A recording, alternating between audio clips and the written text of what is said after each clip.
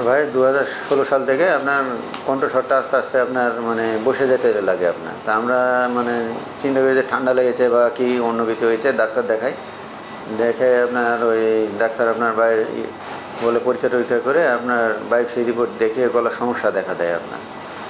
আমরা আস্তে আস্তে আপনার ট্রিটমেন্ট বাংলাদেশ করতে হতে আমরা চেন্নাই যাই। আপনার চেন্নাই যাই, ওখানে আপনার ইয়েতে আপনার অ্যাপোলোতে আপনার বালাজিকে দেখাই। আপনার যে বালাজি স্যারের ওখানে আমরা 17 সাল থেকে আপনার ওখানে ট্রিটমেন্ট করায়। আপনার ওখান থেকে 17 সাল 18 সালে আপনার ওখানে আপনার থেরাপি দেয়, ওখানে ট্রিটমেন্ট করে আপনার রেডিওথেরাপি দেওয়ার পর আপনার প্রায় 2 বছর মতো ভালোই ছিল। আপনার দিয়ে যে করোনার মধ্যে আপনার 6 মাস পর ডাকে, তখন আমরা যেতে পারি না করোনার জন্য। আপনার করোনা তো বুঝতে পারছেন কী অবস্থা আমাদের ছিল গোটা বিষয়ে। আপনার ওই জন্য যাওয়া হয়নি। লাস্টে আপনার এই কিছুদিন ধরে আপনার মানে আস্তে আস্তে ওই জিনিসটা আরও বেশি হতে থাকে। স্যারের এখানে আসি আমরা, স্যারকে দেখানোর পর স্যার বলে যে এটা আপনার অপারেশন করে ফেলতে হবে। আপনার দিয়ে আপনার এখান থেকে দেখিয়ে টেকে স্যারের নিয়ে আমরা বাসাতে যাই। বাসাতে যাওয়ার পর কিছুদিন থাকার পর আবার সমস্যাটা বেশি বাড়তে থাকে আস্তে আস্তে, মানে কমে না, আরও বেশি বাড়তে থাকে। যে স্যারের এখানে আমরা যোগাযোগ করে আপনার মানে লাইন পাই না বা সিরিয়াল পেতে পাই না। দিয়ে ঈদের পরে আপনার অবস্থা খুব খারাপ হয়ে গেছিল। দিয়ে লাস্টে আপনার কলকাতা টাটাতে নিয়ে যাই, নিয়ে যেয়ে ওখানে ট্রিটমেন্ট করে টেরে আপনার এই টিউব বসিয়ে আমরা আবার চলে আসি।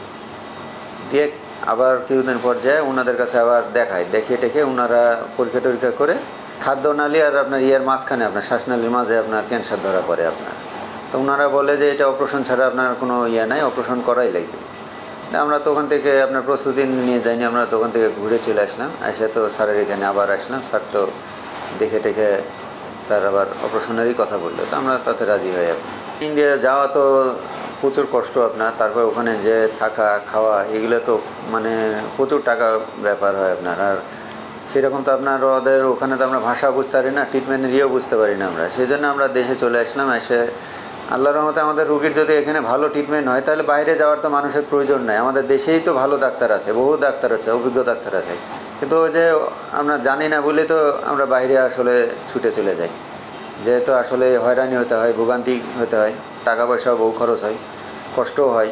খোঁজখবর নিয়ে দেখলাম যে আবু হানিফ স্যার এখানে নাক কান গলার আপনার ভালো মানে অভিজ্ঞ ডাক্তার। সেজন্য আমরা ওনার শরণাপন্ন হয়েছি এবং ওনার এতে মানে চেম্বারে এসে দেখা করে ওনার সাথে সাক্ষাৎ করে ওনার মানে রিপোর্ট দেখিয়ে উনি অপারেশনেরই কথা বলে, তো আমরা তাতে রাজি হই। আপনার এই রোগীটি দেখছেন তিনি রাজশাহী থেকে এসেছিলেন এবং তারও অনেক কাগজপত্র আমরা দেখি।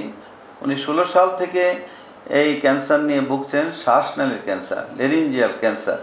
সেই জন্য তিনি বিভিন্ন জায়গায় গিয়েছেন এবং পরবর্তী সময়ে যখন তিনি আমার কাছে আসেন তখন তার একদম লাস্ট স্টেজ 4 এবং তখন তার শ্বাসের বন্ধ হয়ে যাওয়ার কারণে একটা আলাদা ছিদ্র করে সেখানে একটা টিউব দেওয়া হয়, এটাকে বলি আমরা ট্রাকিওস্টমি।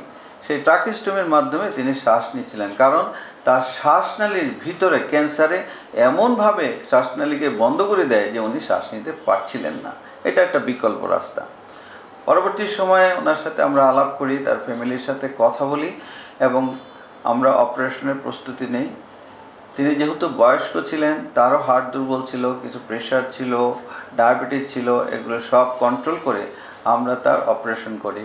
টোটাল লেরিঞ্জেক্টমি, অর্থাৎ শ্বাসনালীর যেই পার্টটাতে ভোকাল কর্ড থাকে, যেটা দিয়ে আমরা কথা বলি, সেইখানেই তার ক্যান্সার ছিল।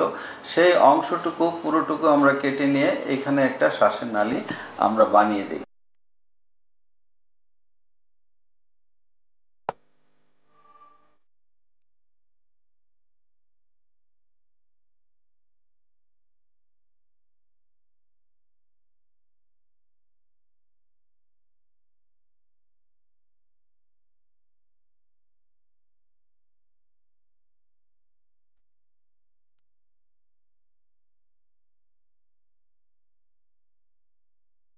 এখন আপনারা দেখবেন যে এই রোগীটা পরবর্তী সময়ে সুস্থ হয়ে বাড়ি গিয়েছে। এখন সে ভালো খেতে পারছে এবং সে শ্বাস নিতে পারছে এবং সে খুবই খুশি যে বিভিন্ন জায়গায় ঘোরার পরেও বাংলাদেশে যে এই ধরনের চিকিৎসা হয় এই সম্পর্কে তার ভালো পরিষ্কার ধারণা ছিল না। যেহেতু এইখানে উনি সহজে সুলভে চিকিৎসা করতে পেরেছেন, সেই জন্যে তিনি আমাদের প্রতি কৃতজ্ঞতা প্রকাশ করেছেন এবং উনি খুশি হয়েছেন। এবং আমি সবাইকে বলবো যে এই ধরনের চিকিৎসা, হেড অ্যান্ড নেক ক্যান্সারের যে কোনো চিকিৎসা বাংলাদেশে সম্ভব এবং আমরা সেগুলি সাকসেসফুলি আমরা সেই সকল অপারেশন করছি এবং আমাদের রোগীরা ভালো আছে। সুতরাং এই ধরনের সমস্যা হলে অবশ্যই আপনারা আমাদের কাছে আসবেন, ইনশাআল্লাহ ভালো চিকিৎসা পাবেন এবং সুস্থ হবেন।